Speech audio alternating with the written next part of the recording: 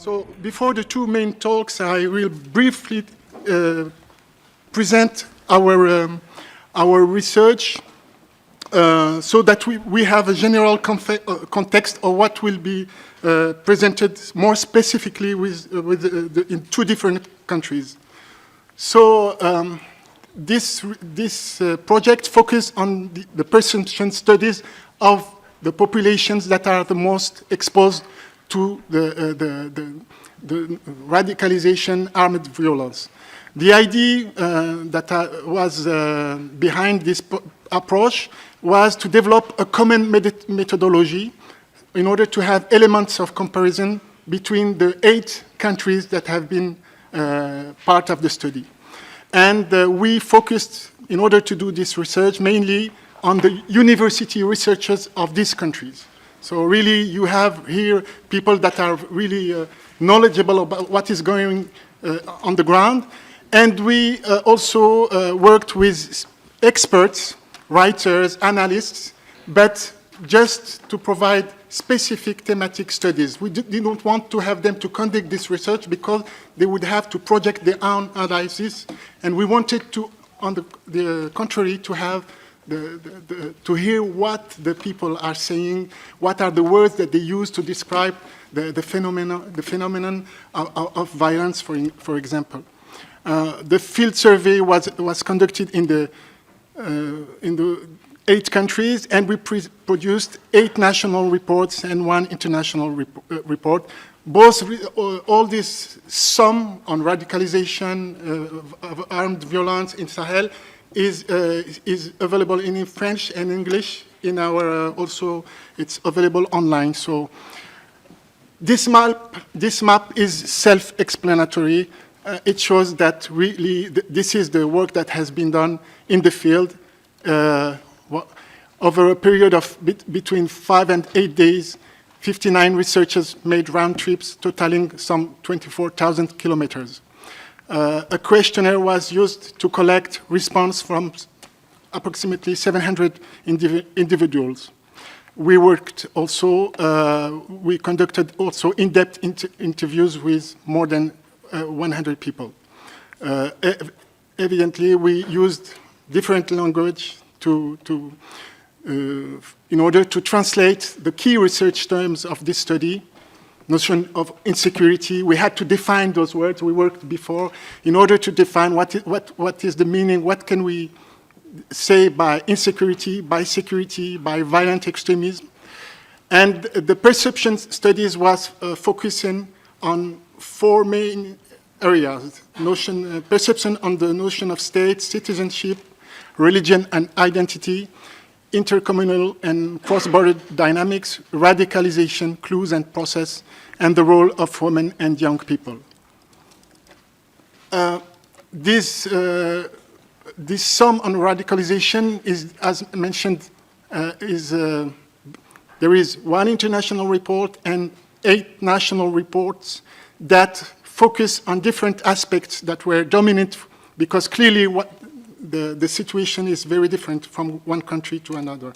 The situation in Mauritania is totally different from the situation prevailing in Senegal and what is happening in Mali and so on. I just want to give some general ideas about radicalization.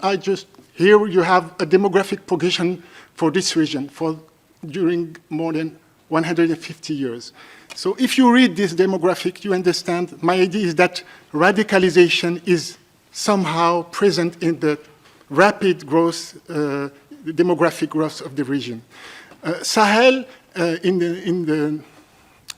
1950 was relatively not very populated. And now we are, assisting to a very rapid growth. So demographic expansion is a factor that reflects the radicalization process, including its violent manifestation. We are now with a population that is approaching 300 million, and which is going to grow in 15 years to more than 400 million. And at the beginning of the 22nd century, 1 1.3 billion of inhabitants will be in the Sahel. So this gives you an idea about the rapid transformation that is happening, and which may explain the violent aspect that is prevailing in this society. Radicalization also can be seen also in more details in the indicators of for instance, the fertility rate. Here we have somehow the highest fertility rates of the world, especially with Niger. So when you see the proportion of the population under 15, for instance, the importance of the literacy rate of the young people, and the fact that this immense importance of the youth, but nevertheless that is considered as a social genre. Youngsters are still considered as social genre.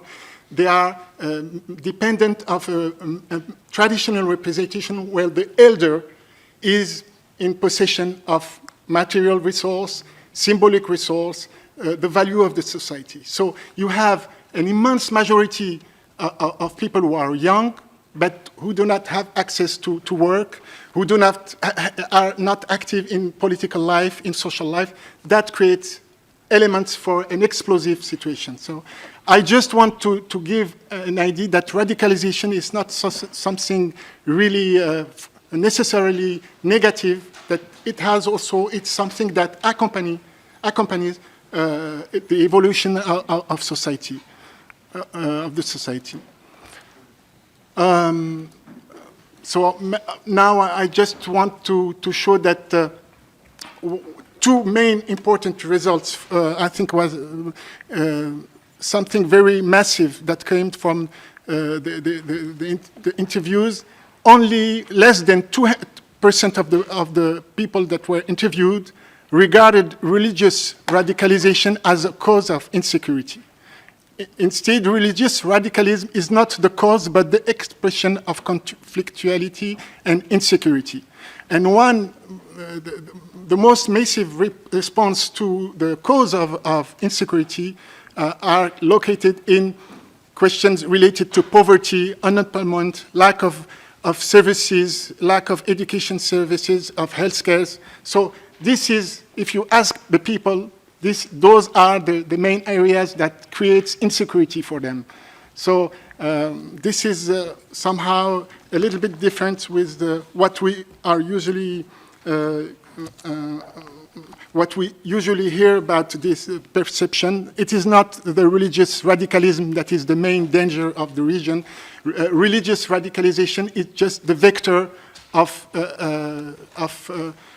problems that have material origins, for instance. Just to conclude, I just want to remind that this research project has been financed by the people of Japan, and I want to also salute this initiative. So now I think we will have the pleasure to hear our two main speakers. We will start with Isaïe Dugnon. I present him. He's professor of anthropology at Fordham University, United States, and at Bamako University in Mali. His first book, Travail de Blanc, Travail de Noir, published in 2007, examines the concept of work among Dogon immigrants to the Office du Niger in Mali and Ghana. Based on this ethnography, Mr. Dugnon has contributed to current debates on child labor in Africa, and since 2009, he has moved from the study of the local life cycle pattern among migrants to the study of the institutionalized life cycle pattern among the educated elite, through which he has completed a book manuscript. His works appear in many journals and edited collections. So, Isaïe, you have the floor for 15 minutes. Thank you very much. Thank you. Thank you, Reda. Can I get my PowerPoint? Yes. 1 second. I'll let you. Thank you, Reda. Thank you, Hassan, for inviting me to come in this wonderful, wonderful country of Switzerland. This is my second time to be in this country. And I'm going to be very brief because he already gave the overall presentation of our research.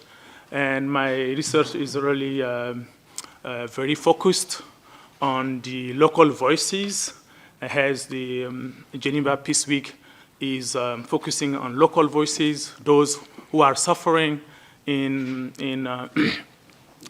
conflict-driven countries like Mali since 2012. I would like to come back to what he said about my position. I'm still teaching in Mali. I'm just between New York and Bamako. I never left my country, though I accepted a position at French department in New York, but I'm still based in my country.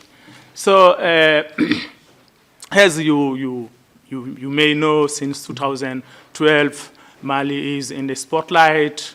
There are a lot of reports, a lot of major reports, expert reports about the conflict, about the origin of the conflict. And today I'm going to talk about what the Malian think about the conflict, the drivers, incentives, and what they think about the solution proposed by what we call international community. It goes like this. So first of all, the geography of Mali, as you may know, it is like people say, this is divided country, north and south doesn't match, and they won't match, and country must be divided. And it is not what the Malian think.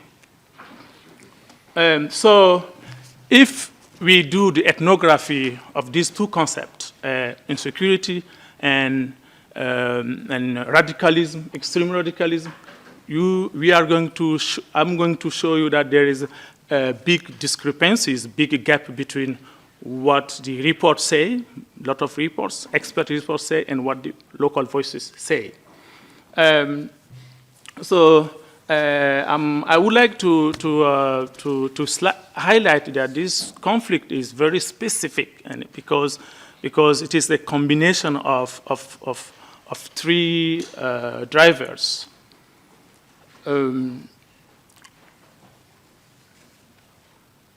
Our inquiry shows clearly that the Malian population said they are used to insecurity since the drought of mid-70s. Insecurity is not a new concept for them. And indeed, the insecurity under which they are living is much more overlooked by many experts, right? We call international community. They really focused on divide, black, white, I don't know. But this is the main, they focus on these problems, land, water, and grass. So violent extremism and the new insecurity from 2012 are very specific because you see all these free groups, insurgency, Islamic groups, and smugglers. They are working together. So this is very hard for the people to cope with. And if you ask people about the origin of the drivers, they would say it is much more external than internal. So it contradicts, literally, what the European media are broadcasting since 2012.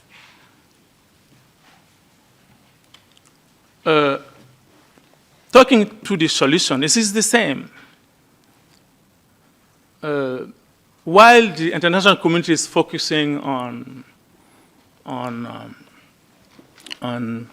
how to cope with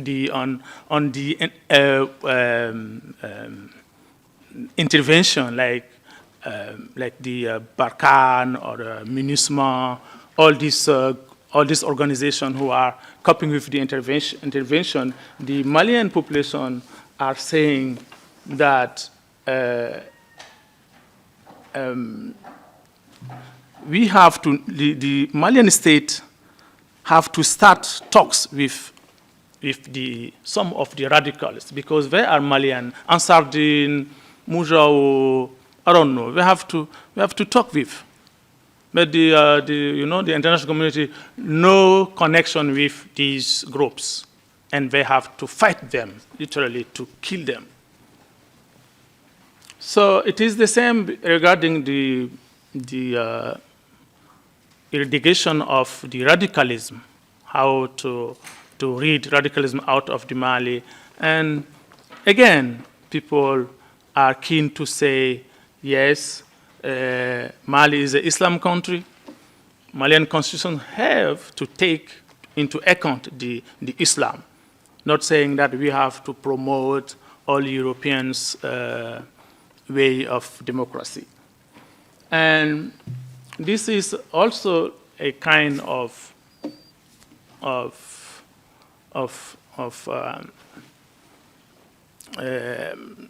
this is the Malian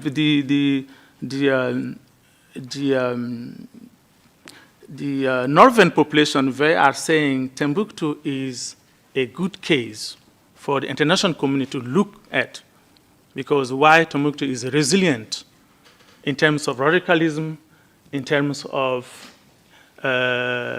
youth violence, because of the history of this city. That, yeah, at the present, it is really overlooked. I already said about that. So one of the main concern issue that the local population raised during our inquiry is the issue of justice, is how to lift the veil of amnesty. And you may know a lot of people has been freed, a lot of even the jihadists under pressure of what we call international community. And this is a big problem because most of the crime perpetrators are considered as a negotiator of, or the allies of the international community. So this is also for the local communities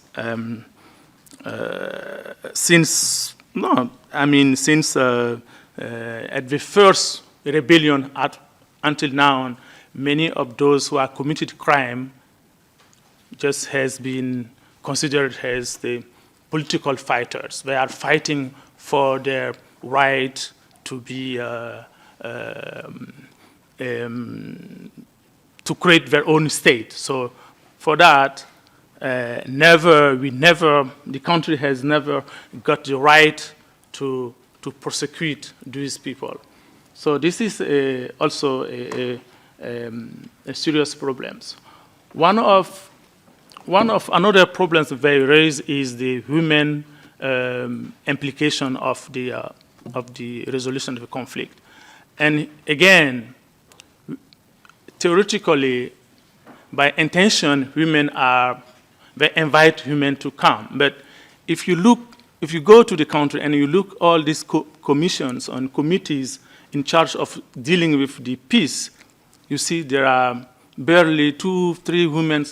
For example, the Truth, Justice, Reconciliation Commission is a very interesting case. They said women are those who are suffered, women and children. But you look at this commission, there are 3 women. And how we can, and it's just, by discourse, we need women, but in the fact, it is not the case. And the grassroots, they raise this question about why women are not present in many of these peace agreement commissions. Only men, mostly men, are leading this. And And so this is also one of the big problems. And they say many international community experts come here, okay, we have to empower women in order to get peace. And then when they left, it's the same thing. Men are always dominating the discourse and the management of the conflict. Here you have some of our key informants. We did a lot of inquiries, ethnographies, and here you have some of these people. So, to conclude, I would like to say that today in Mali, if you go to the really low level in the rural area, and you talk about this conflict, you see the gap between what is reported by the expert in terms of solutions, in terms of drivers, in terms of women implication, in terms of development. So I just want to highlight today that there is a lot of discrepancies between what we want, what the international community want to do, and what people want to have. So this is my main, I want to be, I think my time is over. No, you have still 4 minutes. 4 minutes, okay. Okay, so I would like to come back if I have, because I jumped to, in this, yeah, I would like to come back to this point about the governance and employment, because the international community, if you look at the peace agreement document, you see that they say the problem of Mali is poverty, right? And we need to focus on poverty. But the problem is Mali is looking for 2 trillion euros in order to invest in the northern part, and it's still no pain. Mali doesn't receive no pain. And people are waiting in the northern part. They said, okay, the white people, the Europeans, promise money to build roads and to dig wells. And probably the government in the south is stealing the money that they gave. So it is so hard to explain, and it is not our job to say, these people can say we are going to give money to Mali and then they don't give. But this is the image that the local population believe that the government is stealing money that the Europeans are giving to help the country. But since 2012, I'm not in the government, but I'm sure that Mali, I know from the report that Mali didn't get any money from that. So still,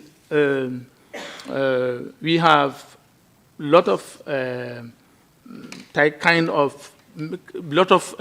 ideas about what is said in the top level, broadcasted by our local TV and radio, and people are hearing, and they believe that this is the truth. But in fact, the international community is making pressure on Mali to go to the reform, and some of these reform demand a lot of money. You can decentralize a country, vast country like Mali, without investing money for basic infrastructure. And the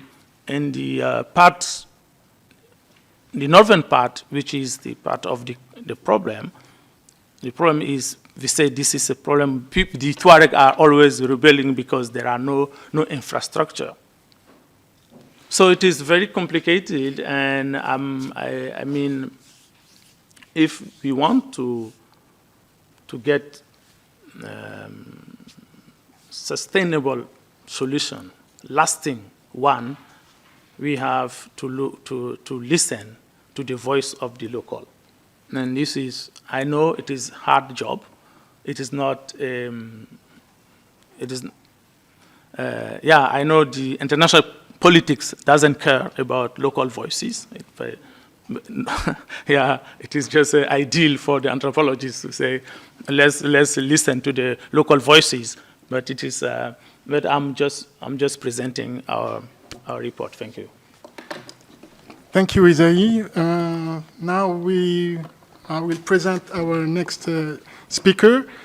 Claude Mbaou is a researcher and a lecturer at the Sorbonne University in Paris, and over the last 5 years, he has conducted field research in the southern Lake Chad basin, particularly in the border margins between North Cameroon, northeast Nigeria, and Chad.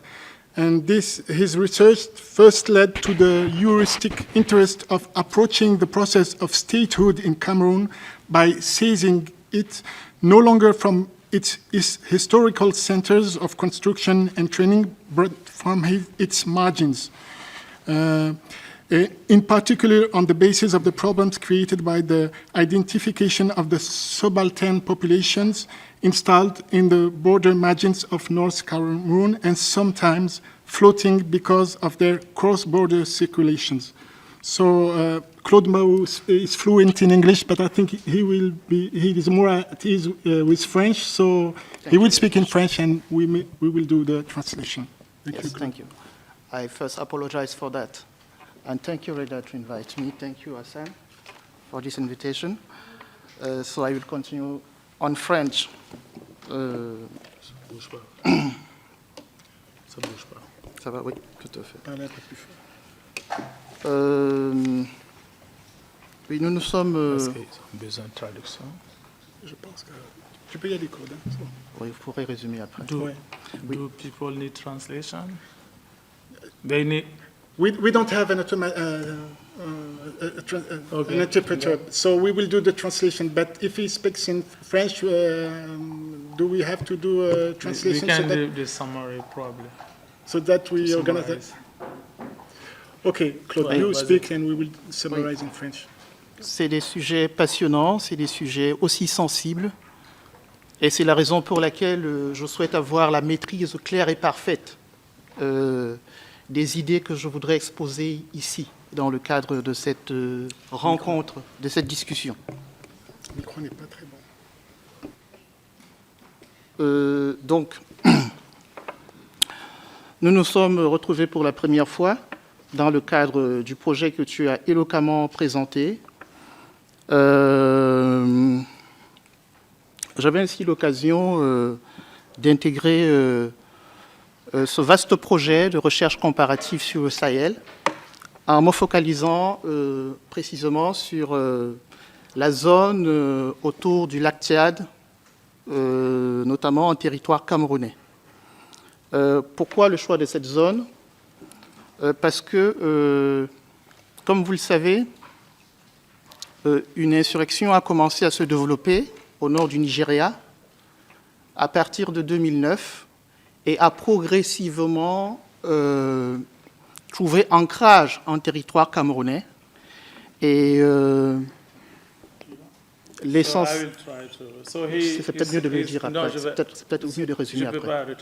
C'est peut-être mieux de résumer après. Le modérateur pourra résumer après, oui. Ça, c'est une bonne introduction. Okay. So you're saying that he's speaking in French because the topic is so sensitive, so sensitive that he want to be clear and he want to be, you understand him very well. That is why he is speaking in French. And as you may know, the Cameroon is also in bad situation with the Boko Haram insurgency, starting in Cameroon, Nigeria, and now crossing the borders and surrounding the northern part of Cameroon. Donc, tout mon travail de recherche a consisté à essayer de comprendre les mécanismes qui ont pu favoriser la diffusion de cette insurrection. Et donc, la recherche que nous avons effectuée ensemble a été une excellente occasion d'accès au terrain grâce aux moyens fournis par les Nations Unies, moyens institutionnels, moyens matériels.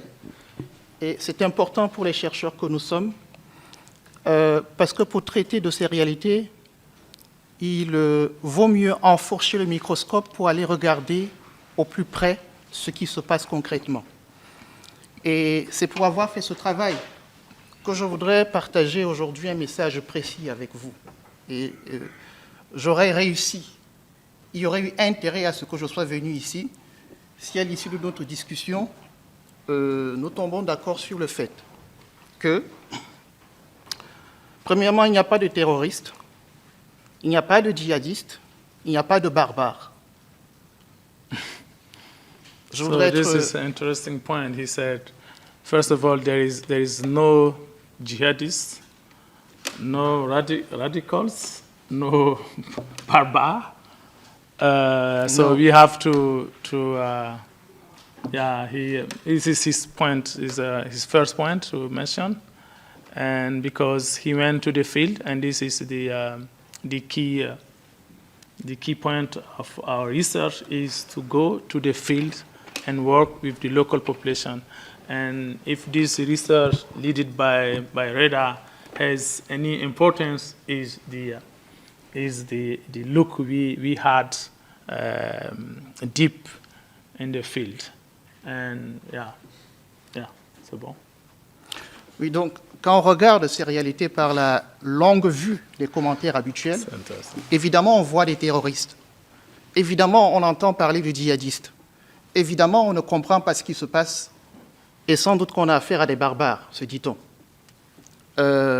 D'où l'intérêt, encore une fois, que les chercheurs que nous sommes puissent descendre au plus près des réalités pour comprendre ce qui se passe. Et lorsqu'on regarde justement ce qui se passe, ce qu'on voit, ce sont des hommes qui posent des actes barbares, des hommes qui posent des actes terroristes, des hommes qui se font passer pour djihadistes. Mais avant tout, ce sont des hommes. Je tiens à le dire parce que si on avait peut-être regardé les choses ainsi, on aurait évité beaucoup d'erreurs commises au cours de cette décennie, peut-être déjà 2 décennies, de ce qu'on a appelé la lutte contre le terrorisme. Et je tiens à le dire ici, aux Nations Unies. Yeah, his point is interesting. He is saying that the people we are labeling jihadists, terrorists, barbar are just a man. They are men and they are posing violence. They are posing terrorist act, violence, but they are first of all men, and we have to treat them as such in order to understand their. Donc, voilà. Donc, c'est à partir de cette hypothèse que je souhaite que nous engagions les discussions que nous aurons tout à l'heure. Alors, qu'est-ce que cela implique? Dire que ce sont des hommes qui posent des actes terroristes, cela implique qu'on essaye de comprendre pourquoi et comment des hommes peuvent être amenés à poser des actes terroristes. Dire que ce sont des hommes qui se comportent en barbares, c'est comprendre que ce sont d'abord des hommes, et donc ils ont une histoire. Et donc ce sont des sujets sociaux qui sont inscrits dans un contexte, qui ne sont pas interchangeables avec ceux d'Afghanistan, avec ceux du Waziristan, ceux de Libye, ceux du Nord Mali, mais des gens inscrits dans un contexte qui ont une histoire locale que nous devons nous préoccuper de comprendre. Et c'est à ce travail que je me suis attelé tout au long de ma recherche. Je voudrais donc déconstruire un ensemble d'idées qui structurent aussi les représentations courantes de ce qui se passe dans ces territoires. On parle beaucoup de pauvreté comme explication de ce qui se passe. Mais en travaillant dans la zone du bassin du lac Tchad, ce que j'ai noté de façon importante, c'est que non, mais c'est une zone où il circule beaucoup de richesses. Malheureusement, je n'ai pas de carte, peut-être il y a la carte dans le rapport, mais c'est une économie d'entrepôt parce que vous avez du bétail qui transite entre le Soudan, le nord du Cameroun, le Tchad et le Nigeria. Vous avez le lac Tchad, qui est un lac extrêmement poissonneux, et la zone autour du lac a été colonisée par des populations qui pêchent du poisson, et le poisson qui est pêché au niveau du lac Tchad peut se retrouver au Gabon, peut se retrouver au Bénin, peut se retrouver au Soudan. Il y a donc, je vais me limiter à ces deux exemples, il y a donc une importante économie qui se développe dans la zone. Le problème, ce n'est donc sans doute pas la pauvreté, c'est autre chose. Et de quoi est-ce qu'il est question? Il est davantage question de concentration. Ces richesses qui sont produites sont concentrées entre quelques mains. Les premiers entrants dans ces circuits commerciaux ont mis en place un certain nombre de dispositifs de fermeture de ces filières qui empêchent les plus jeunes de s'inscrire dans ces filières et d'accumuler comme eux ils l'ont fait. Et ces situations cette configuration de concentration dans le fonctionnement de cette économie d'entrepôt génère donc de grands sentiments de frustration, génère beaucoup d'inégalités. Vous avez des hommes qui ont la réputation, et c'est très impressionnant, parce que les États n'ont pas les moyens de documenter ces processus, parce qu'on est là aux marges des États. Tout ce qui est produit comme accumulation échappe complètement à la visibilité des États.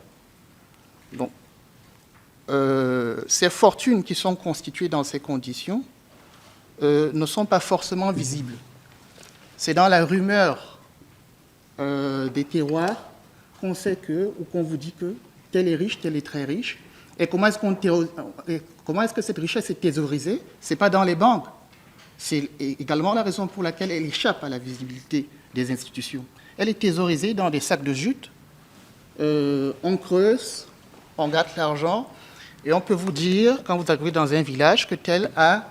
il y a des petites histoires de milliards qu'on aurait découverts en sacs de jute, en creusant peut-être telle fondation après la mort du propriétaire des lieux, etc., etc. Bref.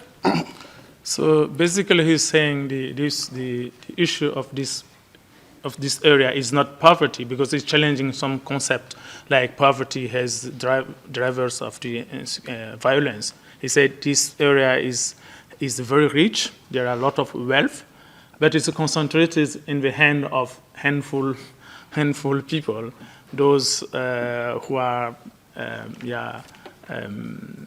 preventing the younger generation to get in this trade, or in this to get access to these resources like trade, fish. Yeah, these are. Je pourrais revenir sur ce point lors de nos discussions. Deuxième élément que je souhaite pointer pour nos discussions également, c'est la relation qui est d'ordinaire établie entre ces insurrections et le développement du salafisme dans ces territoires. Qu'est-ce que j'ai fait comme observation sur place? Premièrement, Boko Haram a certes fait allégeance à Daesh, mais il serait problématique de considérer que Boko Haram est une organisation salafiste. Pourquoi? Parce que les pratiques de la secte, les pratiques des combattants de la secte, des dirigeants de la secte, ne s'accommodent pas des principes de non-association. Je ne sais pas, peut-être faudrait-il revenir sur cette explication, les principes de non-association qui sont caractéristiques du fondamentalisme salafiste. J'arrive dans ces coins, en 2015 en l'occurrence, on me dit que les gens ne mangent plus de dattes dans la zone. Les gens ne mangent plus de dattes. Pourquoi? Parce qu'ils ont peur d'être ensorcelés. L'idée étant que toutes les dattes, Boko Haram, pour s'attirer la sympathie des gens, ils se servent des dattes, ils ont jeté un sort sur les dattes, tel que, OK, il suffit de les consommer pour... voilà. Vous avez ce type de rumeurs qui circulent dans la zone. Vous avez l'usage des amulettes par les partisans les combattants de l'insurrection. C'est des détails sur lesquels je pourrais revenir. Deuxième élément, dans la zone, il y a des villages où il y a de fortes implantations de communautés salafistes, notamment plus proches du Tchad que du Nigeria, et on n'y notait pas de ralliement à Boko Haram. Troisièmement, lorsqu'on parle du salafisme au nord du Cameroun, c'est essentiellement des réseaux connectés à ce qu'on appelle le H d'affaires, connectés à l'Arabie saoudite, dont c'est des profils de gens de lettrés urbains qui ont fait des universités à l'étranger, qui sont revenus et qui ont du coup maintenu le lien avec l'Arabie saoudite et développent par exemple les filières de l'humanitaire islamique ou entretient les réseaux de commerce avec des pays comme la Turquie, l'Arabie saoudite et consorts. Donc, c'est des réseaux essentiellement urbains de lettrés qui sont complètement déconnectés des réseaux ruraux dans lesquels l'insurrection a pris racine. Mais cela ne veut pas dire qu'il n'y a pas de lien à établir entre la montée d'une insurrection comme celle-là et le développement du salafisme dans la zone. Pourquoi? Parce que le salafisme apporte un discours dont l'insurrection va se servir, des manières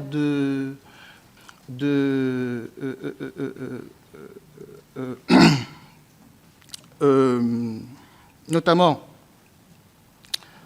par la critique des religieux établis liés à la tradition soufie, la tradition tidjane, ceux qui tiennent le champ religieux local et qui sont aussi associés à l'État et qui passent pour cautionner les pratiques de corruption comme l'usure. Pourquoi? Parce que les élites locales qui disposent de l'argent, se servent des pratiques d'usure pour accaparer des terres. Et donc, du coup, puisque ces pratiques n'ont pas été dénoncées par les imams locaux, Boko Haram passe pour défendre la cause de ces paysans pauvres. Et donc, les salafistes étaient déjà, du coup, les acteurs de la critique du champ religieux local. Et c'est là où le lien se trouve entre le discours salafiste et l'insurrection de Boko Haram. Je vais passer rapidement parce qu'on aura l'occasion de revenir sur ce point. On a parlé également des solidarités tribales, notamment la question qu'Anouri s'est posée dans la zone. Il y a des communautés qui sont établies entre le Nigeria et le Cameroun.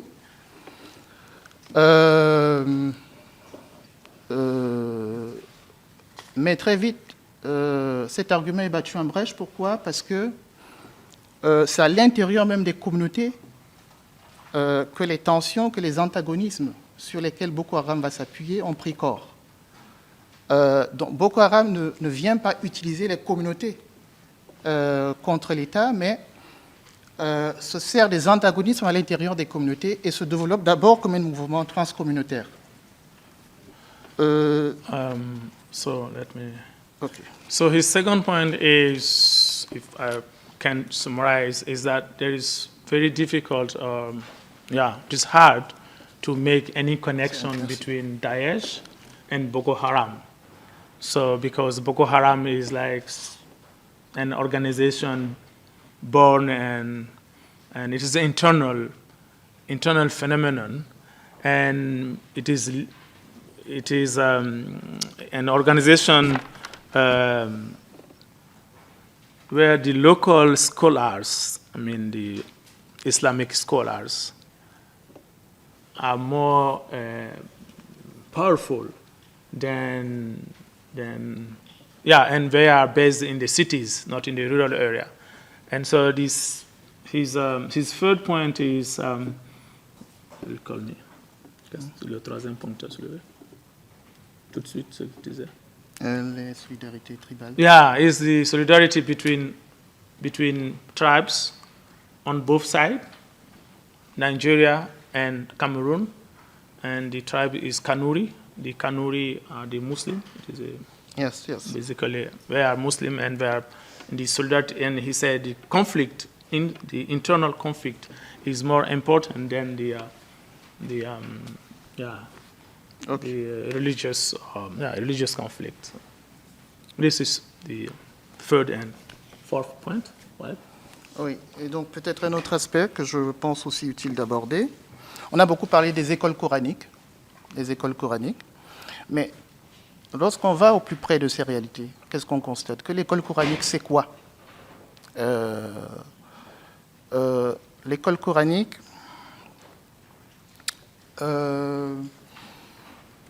c'est une espèce de garderie d'enfants et surtout pas d'école religieuse. C'est une espèce de garderie d'enfants, encore que ce serait gentil de dire les choses ainsi, parce que ça sert surtout à des espèces de, c'est pas de brigades de mendicité, disons comme ça, au profit de ces religieux qui passent pour tenir ces écoles coraniques. And Donc, then this is important, is the Quranic school, Taliban school, like Quranic Taliban school. And he said this is much more daycares, like in Europe, where people send their children to, they are used to beg on the street in order to, yes. to feed the masters, the teachers. And it is not, from his point of view, it's not a place of radicalism, if I say, right? Ce n'est pas de religion qu'on y parle. Yeah, it is, but it is not a matter of religion. They are not teaching really the true Islam in these schools, but it is a machine to raise money. Oui, donc peut-être un dernier point pour rapidement parler de l'État. Ouais, c'est quoi l'État dans ces territoires? C'est quoi l'État au concret dans ces territoires? Est-ce que l'État est absent? Est-ce que l'État est faible? Last point is, what is the role of the state in this area? Is the state there, or is the state totally absent? Ce que moi j'ai pu noter au nord du Cameroun, c'est qu'on ne peut pas parler d'absence de l'État en tant que tel. La preuve, l'armée aujourd'hui occupe le territoire, mais il n'y a pas de relation entre l'État et les populations. L'État est là pour sécuriser le territoire, mais l'État n'entre pas en relation avec les populations. Le contrôle des populations est relégué au contrôle communautaire. Ce sont les élites, ce sont les chefs coutumiers, ce sont les chefs religieux qui servent d'intermédiaires informels de l'État auprès des communautés, auprès des populations. Et d'ailleurs, c'est la raison qui explique qu'il n'y ait pas d'état civil quasiment dans ces régions.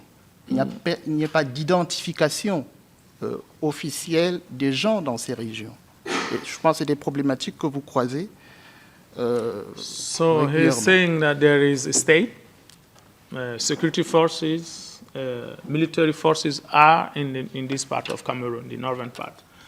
But the problem is there is no link, no relationship between these forces and the grassroots and the local population, because they have nothing to do with the local population. They are there to secure, to protect the territory, and this is very important because Et donc, je vais conclure sur ce point, justement, parce que ça explique beaucoup de choses, de la relation qu'on peut y observer entre l'État et les populations. Il n'y a pas d'un côté une population colonisée par la violence islamiste et de l'autre côté un État qui protège la société, un État vertueux qui protège la société, non. Il y a ce que je propose qu'on appelle une relation terroriste entre l'État et les populations. Il faut s'intéresser à cette relation-là. C'est la relation qu'il faut analyser entre l'État et les populations, qui est une relation qui est devenue terroriste parce qu'il y a cette méconnaissance mutuelle de l'État de la part des populations qui ne connaissent pas l'État et des populations par l'État, parce que l'État ne connaît pas les populations, qu'elle ne sait même pas soucier, qu'il ne sait même pas soucier d'identifier. Donc je vais clore sur ce point et on pourra relancer Yeah, this is very complicated. So he said, okay, la relation. there is a state, but there is no relation. If there is a relation, this is like terrorist relation. Like state is like terrorizing the local population. And Parce qu'il y a méconnaissance. yeah, because they ignore each other. Yeah, it is very tough, tough idea. Thank you very much, Claude, and thank you, Isaïe, for the translation. And now we have approximately 20 minutes for the discussion. So I will open the floor for questions. So feel free to ask yes, please. Good morning, everyone. It's a very interesting. Good. Can you hear me? Good. I'm from Nigeria, and I'm from the Boko Haram infested area. And I think it's a very rich discussion, and I like how the speaker came with a positive attitude from the communities, like not blaming the locals for the problems there. And it's like a positive entry point. My concern is, as he mentioned, the youths there, how they are radicalized, so to speak, in that they have their teachers in the cities, they use them for economic stipends, because that's really the real issue there. It's not religious. It's economic.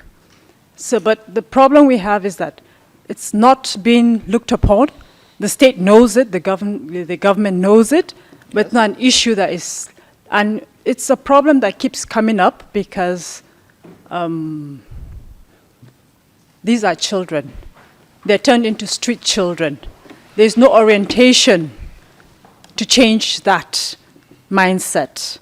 So you still find these kids coming out of the streets, and they're the ones that are easily radicalized by the Boko Haram to become foot soldiers. So I think it's very important we look into that aspect. And I think it's a great discussion. Thank you. Je peux réagir? Tu veux réagir ou... Bon, Je peux on va réagir? faire un Oui, vas-y, un commentaire.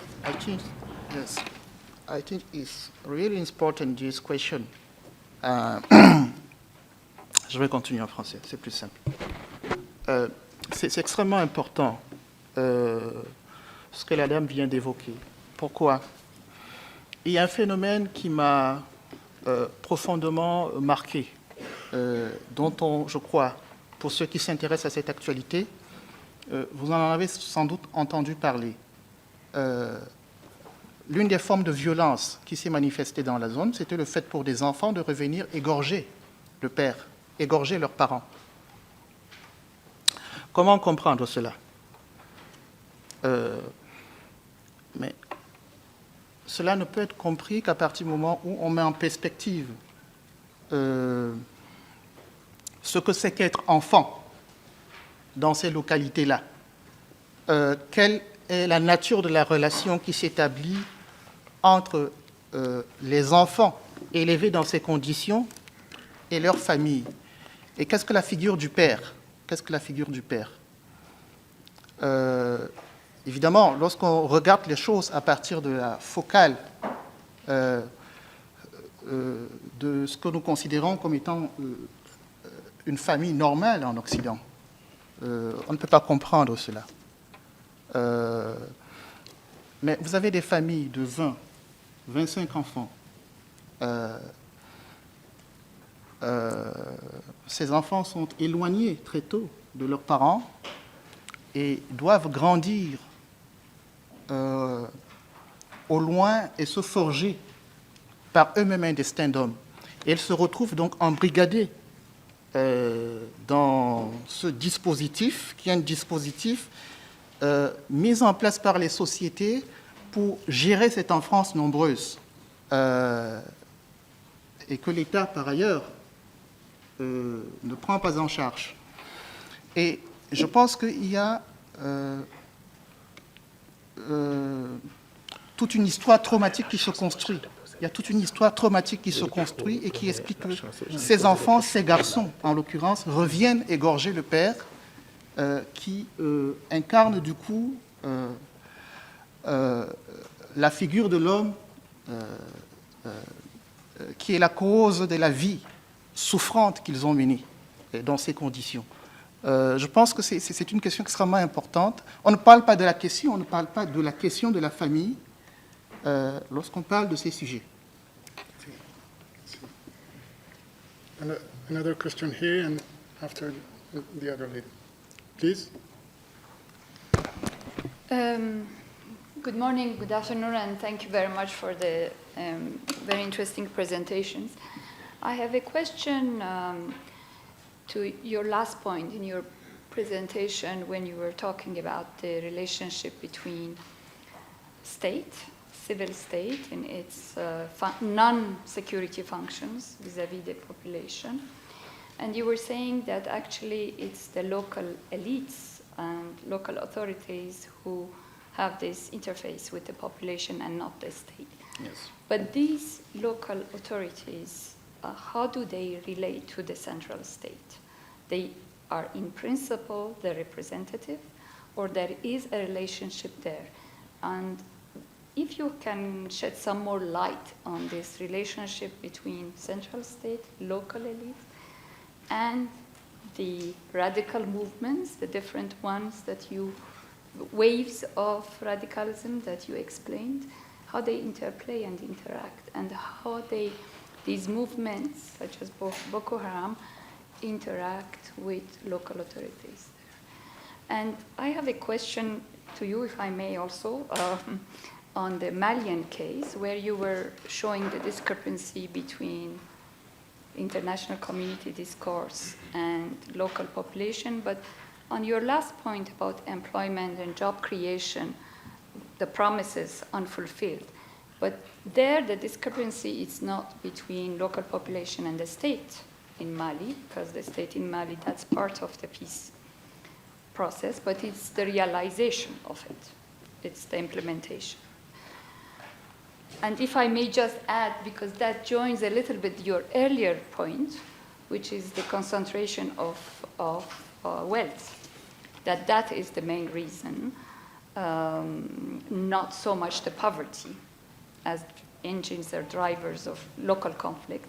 If you can add a little more on that, I think that would be interesting. Ouais, vas-y. Non, tu commences. Non, non. Ok.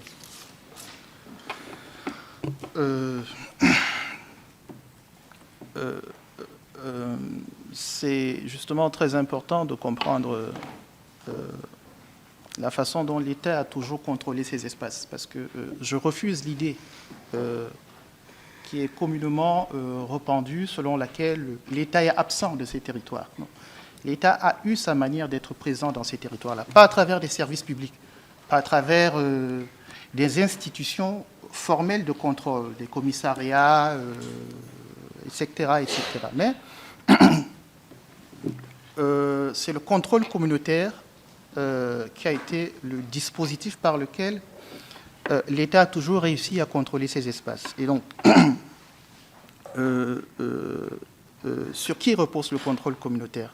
Sur les élites dont j'ai parlé, sur les chefs coutumiers dont j'ai parlé, qui sont protégés par l'État en amont, parce que bien introduits dans les circuits de l'État, dont ils engrangent les bénéfices de l'intermédiation. Quand un projet doit se réaliser au niveau local, c'est eux qui sont au courant, c'est par eux qu'on passe, et c'est eux qui placent leurs gens, etc., etc. Et donc, ça crée un effet écran entre l'État et les populations. Parce que tout ce qui préoccupe l'État, c'est l'ordre, que l'ordre règne. Tant que l'ordre règne, ça va.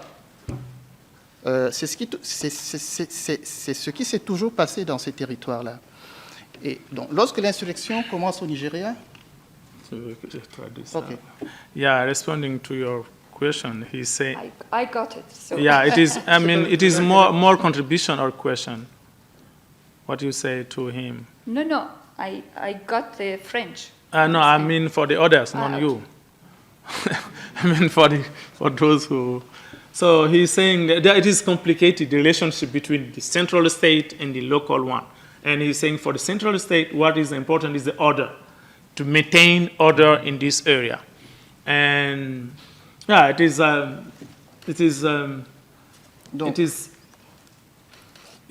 for the central state, the problem is not delivering Public service. Public service is maintaining order, maintaining discipline, authority. Et c'est justement important de comprendre cela parce que lorsque l'insurrection commence au Nigeria,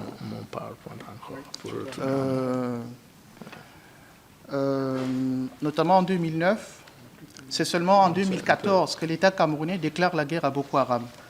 Entre-temps, qu'est-ce qui se passe? Il y a toute une économie de guerre qui s'est développée au nord du Cameroun.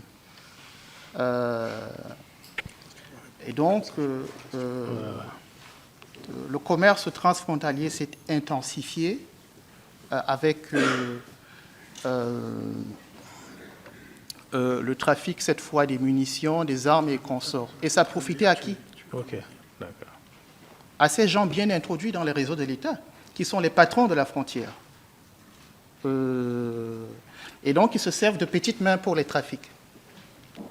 Donc, ça arrangeait tout le monde tant que Boko Haram était au Nigeria. Alors, lorsque l'armée revient en force dans la zone, ceux qui sont bien introduits dans les réseaux de l'État cherchent à se protéger. Et donc, sacrifient toutes ces petites mains en disant non, mais c'est eux, parce que quand l'État revient, quand l'armée revient, il faut dire qui est Boko Haram, qui trafiquait avec Boko Haram, qui commerçait avec Boko Haram. Et donc, ils lâchent les petites gens qui travaillaient pour eux, qui se révoltent donc contre leur patron et prennent les armes. C'est aussi une partie de l'explication de ce qui s'est passé. Et on peut revenir sur ça. Yeah, thank you for your question. And I just wanted to mention that in the peace agreement between Malian state and the rebels, there is point on development as a way to get lasting peace, because this part of Mali is considered one of the poor, starving area, and this is the fifth agreement, you know. There is agreement in 2000, in 1963, 1991, 1990, and every time it is the same, you know. It is a point on development, and there is no development. At the end of the day, there is no development. So since like four or five decades, we are in the same process. But what I highlight is people are saying, okay, after the agreement, the state let the population know that we are going to invest because the developed country promised us money to invest. And then if you go to the field and you ask, people would say, yeah, these developed countries are giving money to Mali government. Mali government is stealing probably this money. And this is the, probably this is here there is no discrepancy between the local population and the state, but the state has no courage to tell them the truth, saying, we don't have money, right? Because this is the accountability of the state to develop. It is not the job for the developed country to develop Mali. It is those who are elected are accountable to lack of development or to the presence of development. So it is one of the issues. There was a question here. Please, madam.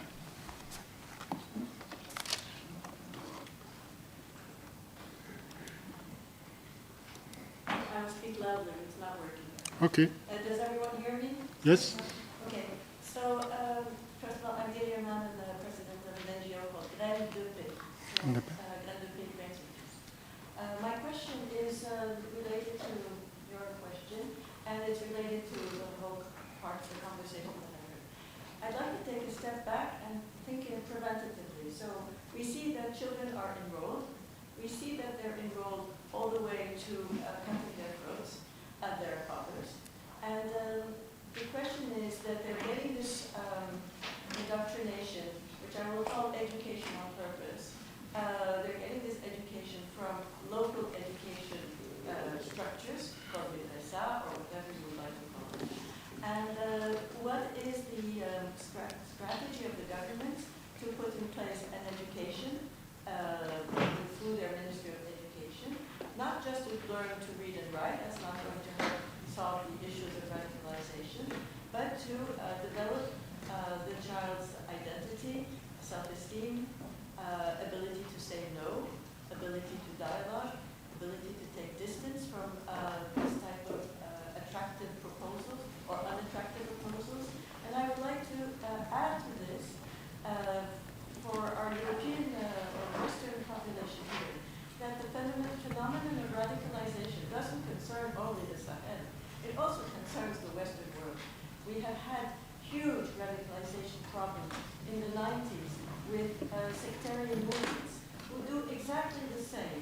They separate the children from the parents, and they tell them, you should cut all relations with your parents. We don't want to call them to kill because it's not in our culture, our left. Then, so why are they asking the children to cut the relationship? To gain the power, and this you haven't mentioned, that when you cut your father away from you, be it by killing or any other means, you're controlling the power of the child, and you can do anything you want.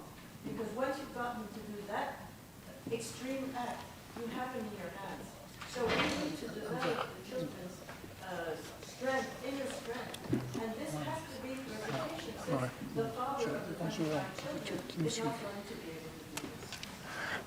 Thank you for your comment. I would like to tell you that you should look at the national report on Cameroon, which shows that the collapse of the traditional religious educating system is the cause of the basin of recruitment for Boko Haram, and the fact that this system is not connected to the modern system of education. And that is the challenge for the states. It's how to reinvent a religious educating system that is also perfectly modern and able to educate the children. One last question or comment, and after that we will have time to pursue the discussion around a shared drink. So maybe last question or comment. Thank you. If you had time. Sorry. Very briefly, maybe. Yeah, Kelly O'Donnell, World Federation for Mental Health, psychologist. No one that I remember today has used the word corruption. I'm just curious if that's a term that the average person in the Sahel might use in referring to some of their problems, or is that more of something externally imposed, our understanding of corruption? Thank you. No.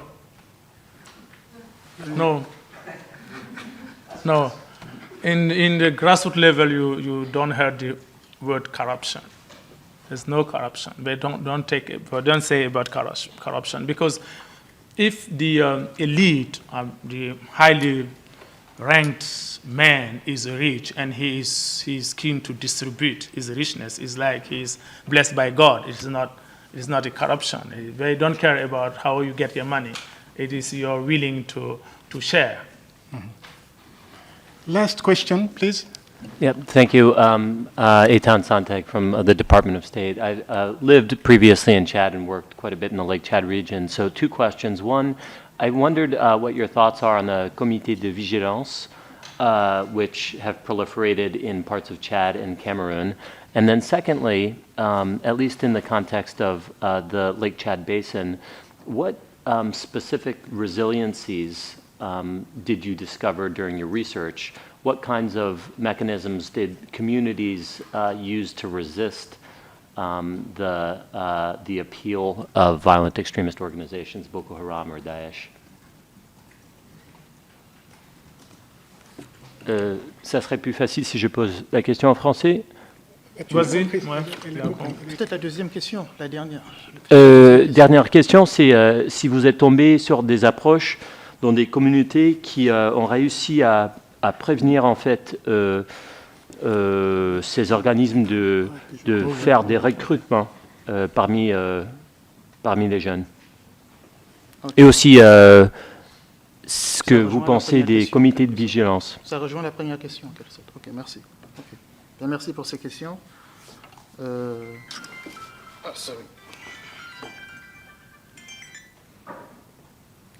Ça rejoint donc. Je pense que les 2 questions se rejoignent. Ce que j'ai pu noter lors de mes terrains dans la zone, c'est le rôle central de l'État dans l'organisation de ces dispositifs de vigilance. C'était loin d'être des initiatives autonomes des populations. C'est la raison pour laquelle j'insiste sur l'idée qu'il faut comprendre que ce à quoi on a affaire, c'est à des crises à l'intérieur des communautés locales liées à l'exacerbation des clivages dus aux inégalités dont j'ai parlé tout à l'heure, au sentiment d'injustice que j'évoquais également. Et donc, il ne faut pas partir de l'idée qu'on a d'un côté des populations qui formeraient un bloc, Boko Haram qui serait quelque chose d'exogène, d'un autre côté, et l'État gentil, bon, qui est là pour protéger. Non, c'est une mauvaise façon de voir les choses. Et justement, l'organisation des comités de vigilance a eu pour effet, dans les conditions que je peux peut-être expliquer lorsque nous échangerons tout à l'heure, a eu pour effet d'exacerber les divisions communautaires. Parce que l'État s'est servi, c'est l'État qui utilise le communautarisme. L'État s'est servi de certaines communautés pour organiser, pour tenter d'organiser la répression de l'insurrection. Et ça a davantage généré les divisions à l'intérieur des communautés. On pourra peut-être développer ça davantage. Thank you very much. We have to end this session. Thank you to Claude and Isaïe. Before closing this session, I would like to tell you that all our research, our sum on radicalization, extreme violence and insecurity is available on this research notebook. So feel free to visit this site. It's very rich. We have thematic studies from our experts. We have video interviews, and there will be a follow-up. There will be a series of seminars that will be held in Dakar, in Morocco, probably in Lebanon and other regions. We may pursue the discussion outside this room. We will have a drink, so please join us. You can follow us. It's just outside. Thank you very much.